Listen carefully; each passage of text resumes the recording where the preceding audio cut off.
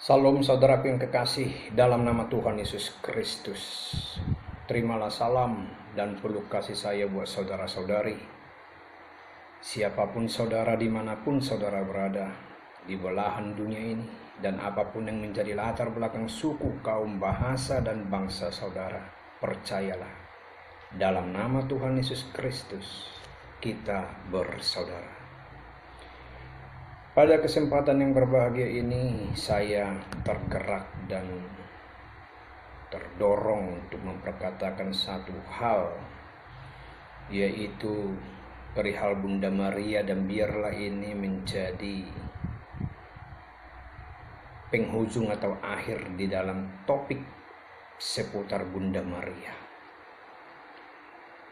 Dan untuk melengkapi video-video yang sebelumnya seputar Bunda Maria, saya akan beri judul saat ini, Jangan Bunglon. Jangan bunglon. Terlalu banyak hari-hari ini, bahkan hitungan bulan-bulan terakhir ini, bahkan sesungguhnya jikalau kita mencoba menyelidiki, bahkan sudah ratusan tahun,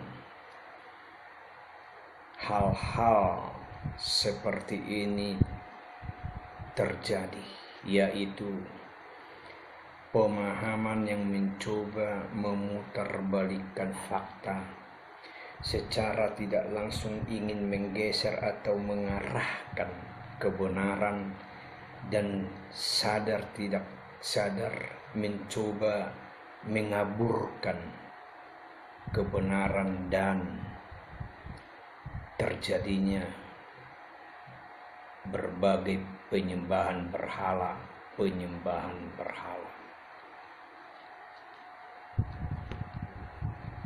Banyak simpatisan, pengikut yang mencoba berbakti atau merasa mau mengabdi dan menghormati Bunda Maria, yang saya sebut berlebihan, sehingga mereka mencoba mencatut-catut dan mencoba memutarbalikkan kebenaran itu hanya untuk membenarkan doktrin mereka, hanya untuk membenarkan tafsir mereka, dan hanya untuk menjaga kesinambungan aturan yang harus mereka jalankan seturut dengan aturan yang mereka terima. Padahal saudaraku, seperti yang saya katakan, Alkitab sanggup menjawab segala sesuatu yang ada di alam semesta ini. Sekalipun ada tafsiran atau doktrin atau dogma, hendaklah dan sudah saatnya kembali dan tunduk kepada firman Tuhan. Dan biarlah hanya Tuhan yang kita tinggikan di atas segala-galanya.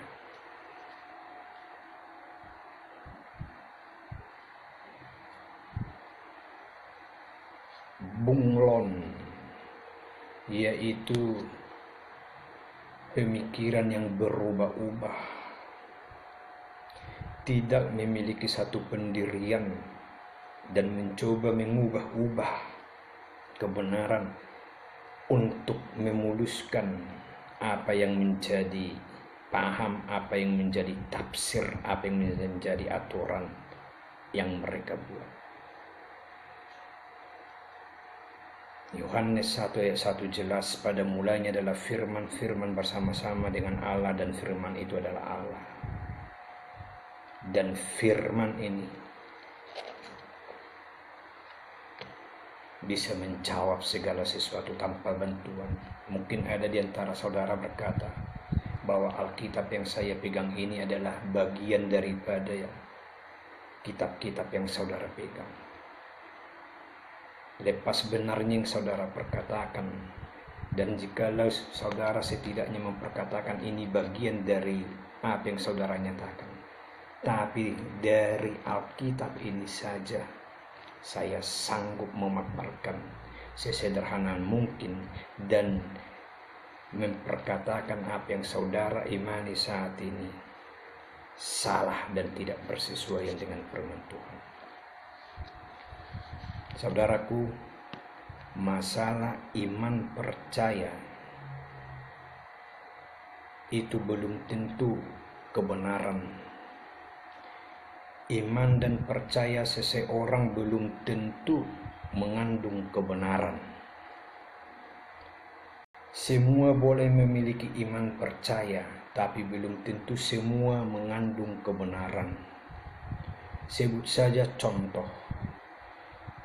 Bisa-bisa saja orang atau seseorang mengimani dan mempercayai bahwa sebuah pohon itu adalah Tuhannya.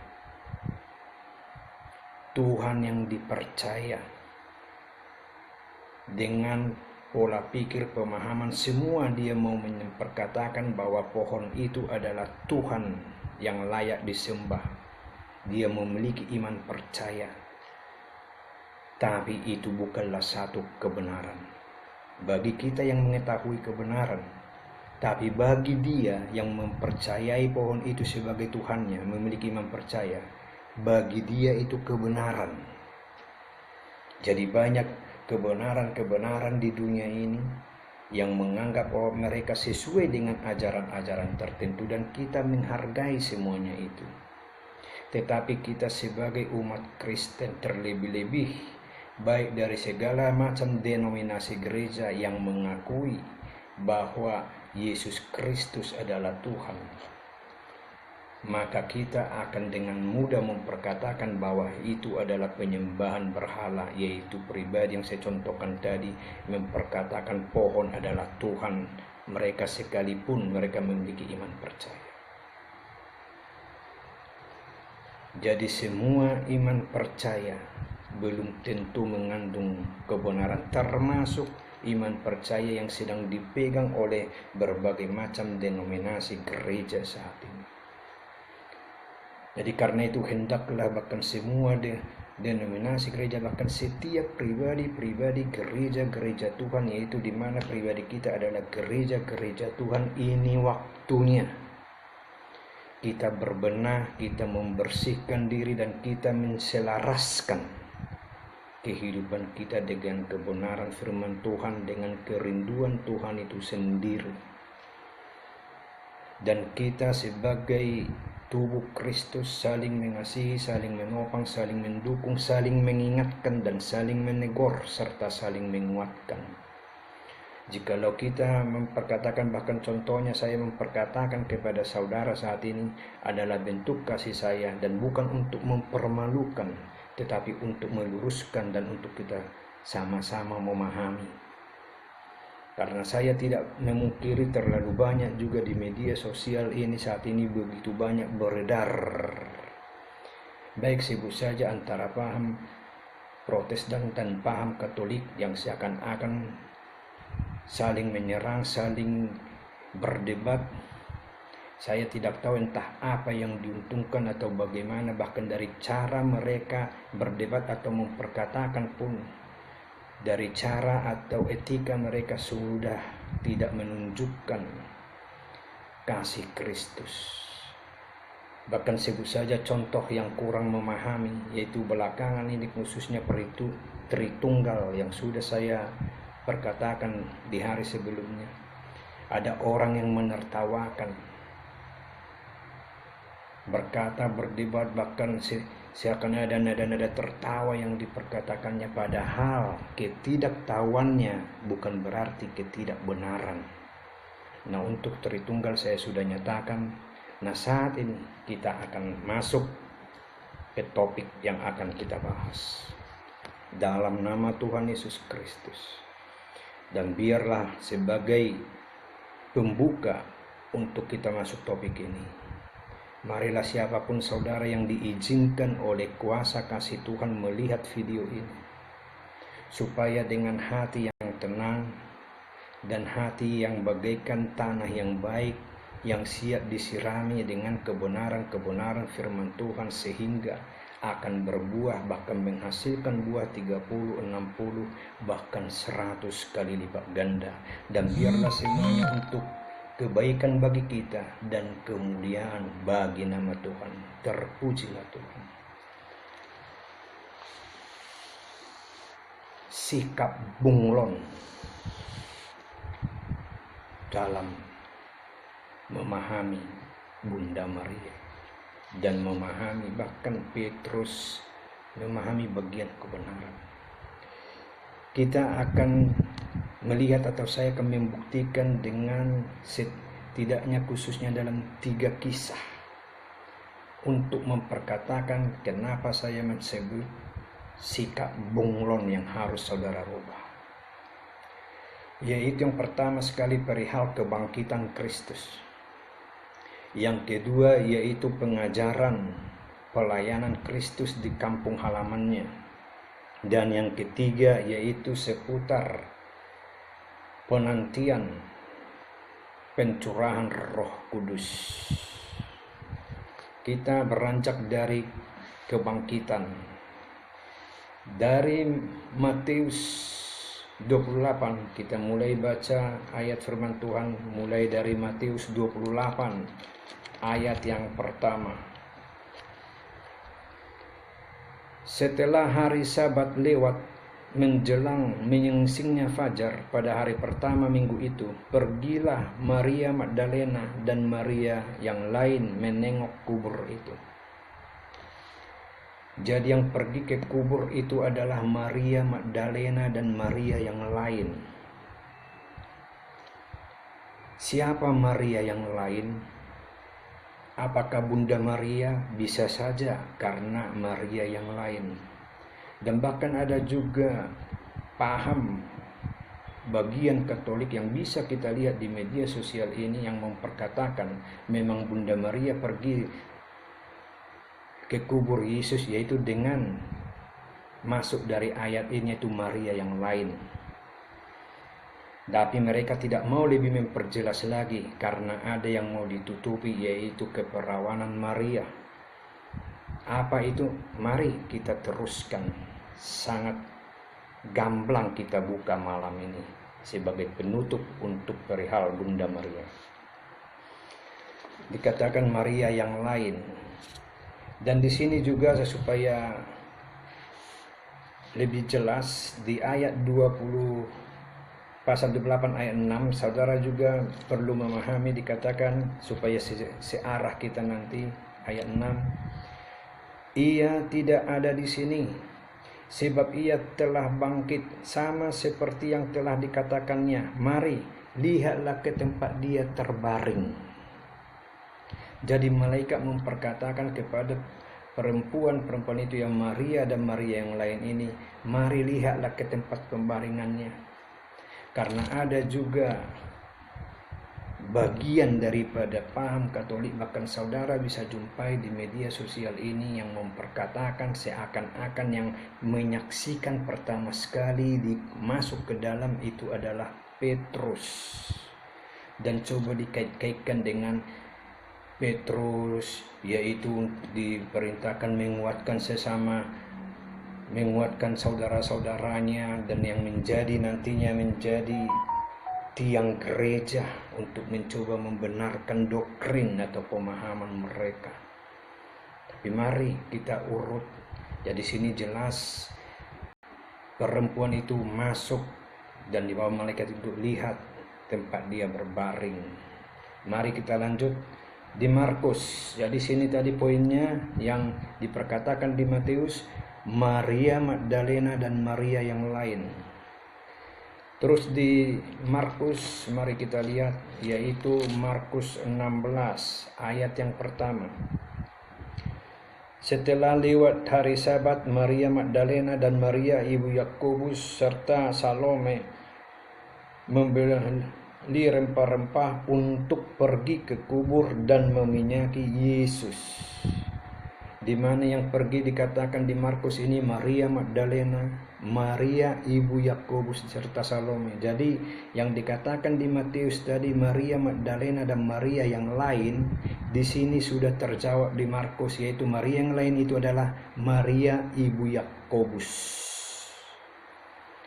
Dan jikalau bahkan yang saya katakan tadi sebagian paham Katolik yang perkatakan yaitu ada masuk itu Maria yang lain, saya mau meluruskan atau mengingatkan atau menyadarkan saudara bahwa Maria yang lain yang dimaksud itu adalah Maria ibu Yakobus. Nah, apakah Maria ibu Yakobus ini juga Bunda Maria? Kalau sampai saat ini kita belum memahami ya atau tidak, tapi pasti akan dijelaskan secara sederhana, apalagi untuk hal-hal yang prinsipal atau yang paling mendasar seperti ini.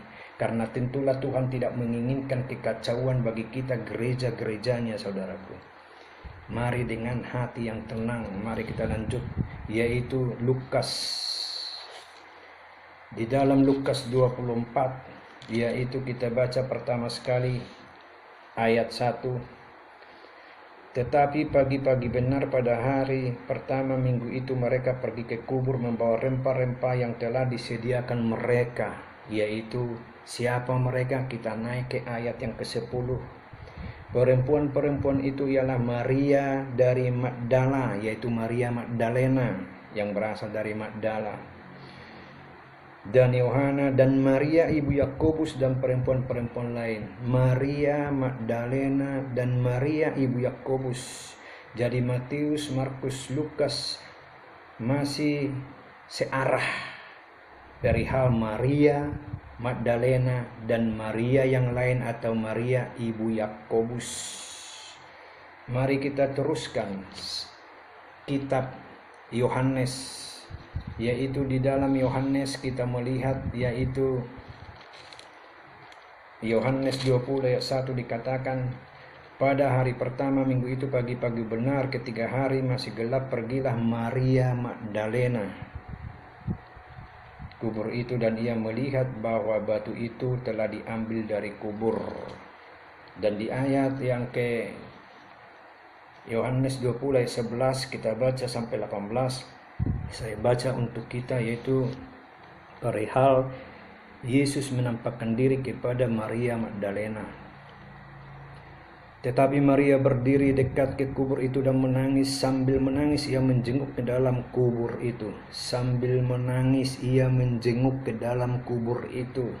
Bersesuaian dengan yang tadi bahwa malaikat itu mengajak, ayo lihat ke tempat dia terbaring. Jadi sini dia menjenguk. Jadi perempuan itulah yang pertama sekali melihat.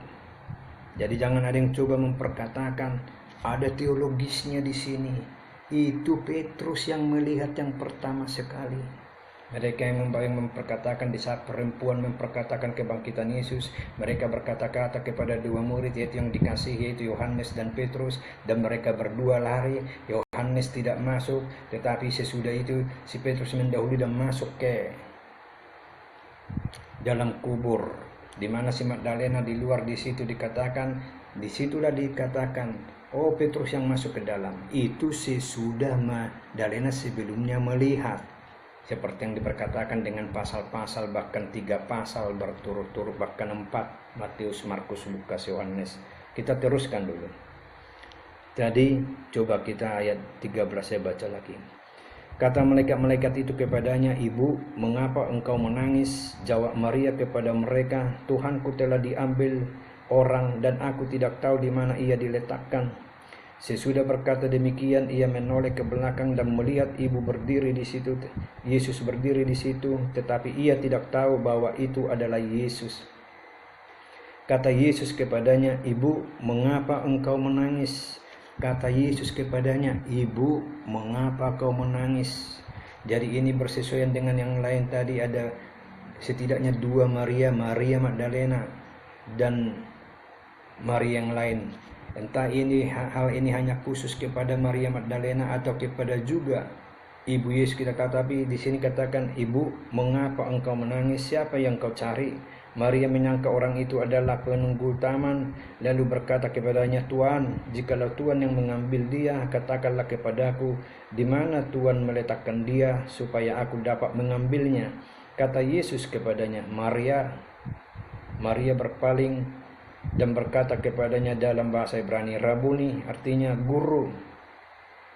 Kata Yesus kepadanya, "Janganlah engkau memegang aku, sebab aku belum pergi kepada Bapa, tetapi pergilah kepada saudara-saudaraku dan katakanlah kepada mereka bahwa sekarang aku akan pergi kepada Bapakku dan Bapamu, kepada Allahku dan Allahmu." Maria Magdalena pergi dan berkata kepada murid-murid, "Aku telah melihat Tuhan," dan juga bahwa Dia yang mengatakan hal-hal itu kepadanya. Maria Magdalena.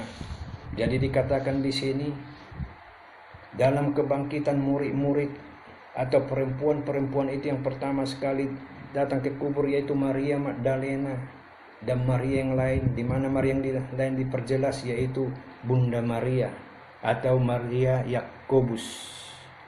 Maria ibu Yakobus. Nah, siapa Maria ibu Yakobus ini? Siapa Maria ibu Yakobus ini? Apakah bisa kita membuktikan bahwa Maria ibu Yakobus yang dimaksud di dalam yang pergi ke kubur adalah Bunda Maria? Kita akan buktikan, saudaraku.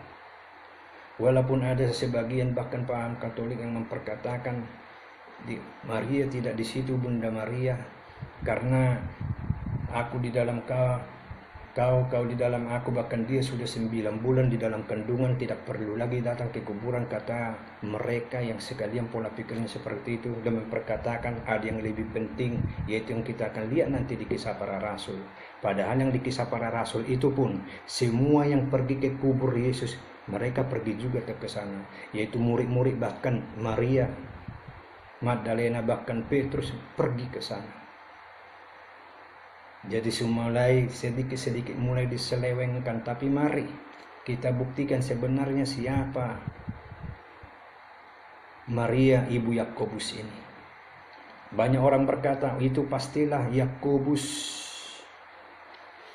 rasul atau murid Yesus. Apakah demikian halnya? Tetapi dikatakan bahwa rasul atau murid Yesus yang bernama Yakobus itu diperkenalkan sebagai Yakobus anak Zebedeus. Coba Matius 4 ayat ke-21. Matius 4 ayat yang ke-21 coba kita lihat. Matius 4 ayat ke-21 firman Tuhan. Dan setelah Yesus pergi dari sana, dilihatnya pula 2 orang bersaudara, yaitu Yakobus anak Zebedeus. Jadi Yakobus murid atau rasul itu atau murid Yesus itu diperkenalkan di Alkitab yaitu dengan Yakobus anak Zebedeus, bukan Yakobus anak Maria. Jadi siapa yang dikatakan Maria ibu Yakobus yang di dalam yang kita baca tadi? Itu bisa kita lihat, saudaraku, di Matius 13 ayat 55. Demikian firman Tuhan, atau kita baca 4 ayat. Ini perihal Yesus ditolak di Nazaret, di kampung halamannya. Setelah Yesus selesai menceritakan perumpamaan itu, dan ia pun pergi dari situ. Setibanya di tempat asalnya, Yesus mengajar orang-orang di situ di rumah ibadat mereka. Maka takjublah mereka dan berkata, "Dari mana diperolehnya hikmat itu dan kuasa untuk mengadakan mujizat-mujizat itu? Bukankah ia ini anak tukang kayu? Bukankah ibunya bernama Maria? Dan saudara-saudaranya Yakobus, Yusuf, Simon, dan Yudas?" Di sini jelas kita dapati rupanya Maria ibu Yakobus itu adalah saudara Yesus. Rupanya Yakobus itu adalah saudaranya Yesus, yaitu anak daripada Maria hasil hubungan badan dengan suaminya Yusuf.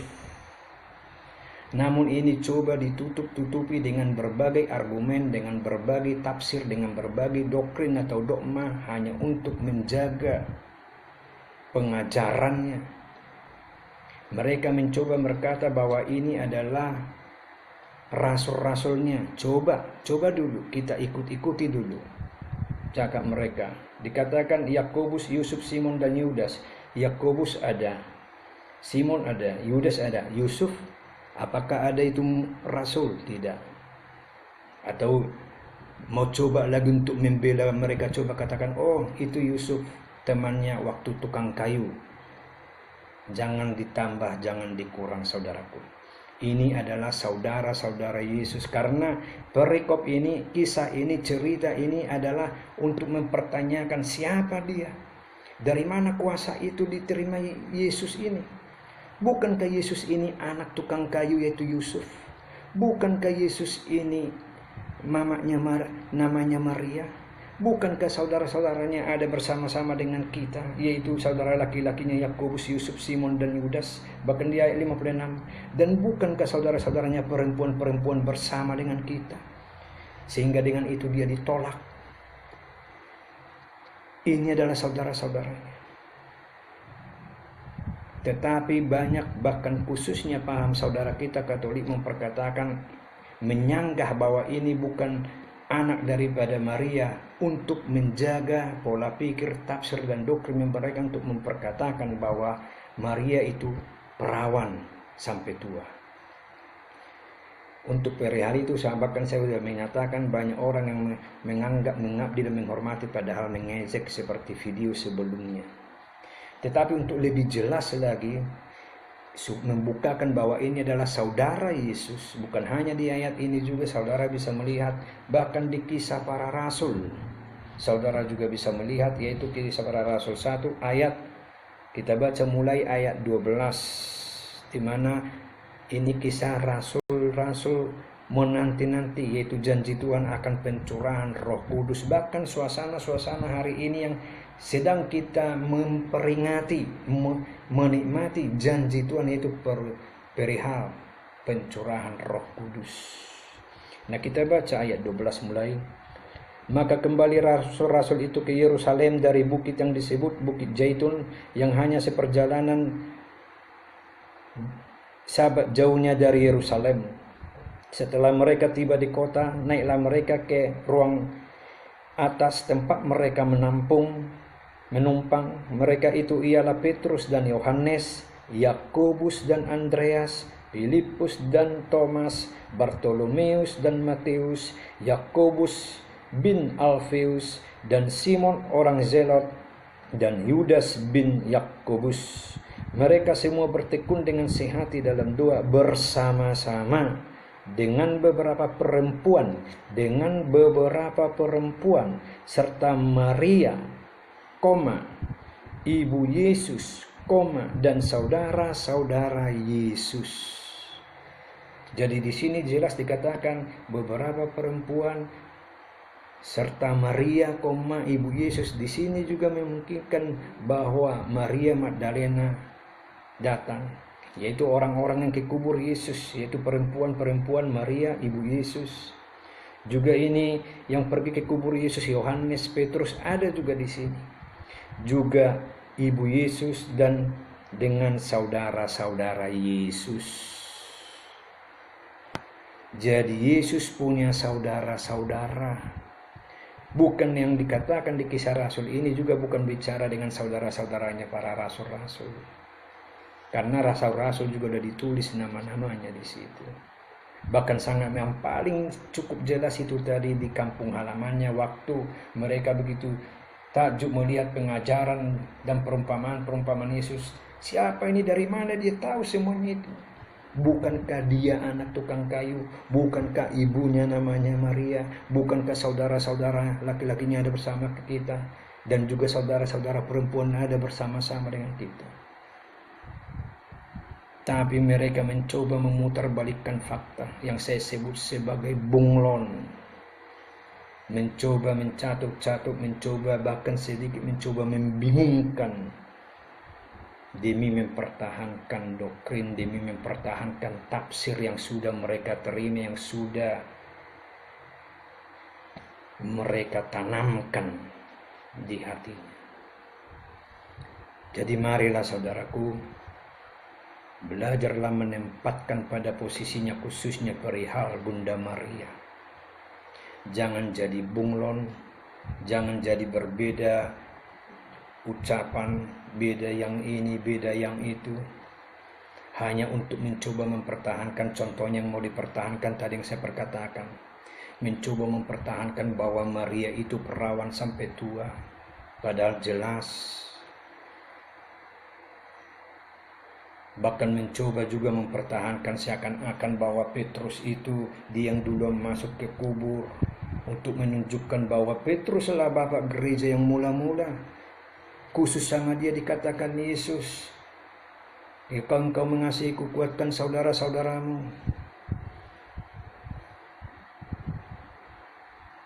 Jangan terlalu dicampur aduk, saudaraku. Padahal tanpa saudara mengambil secara pemikiran, ini sangat mudah. Dan yang saya mau katakan satu hal juga, saudaraku, kenapa Matius, Markus, Lukas, Yohanes mencatat Maria Magdalena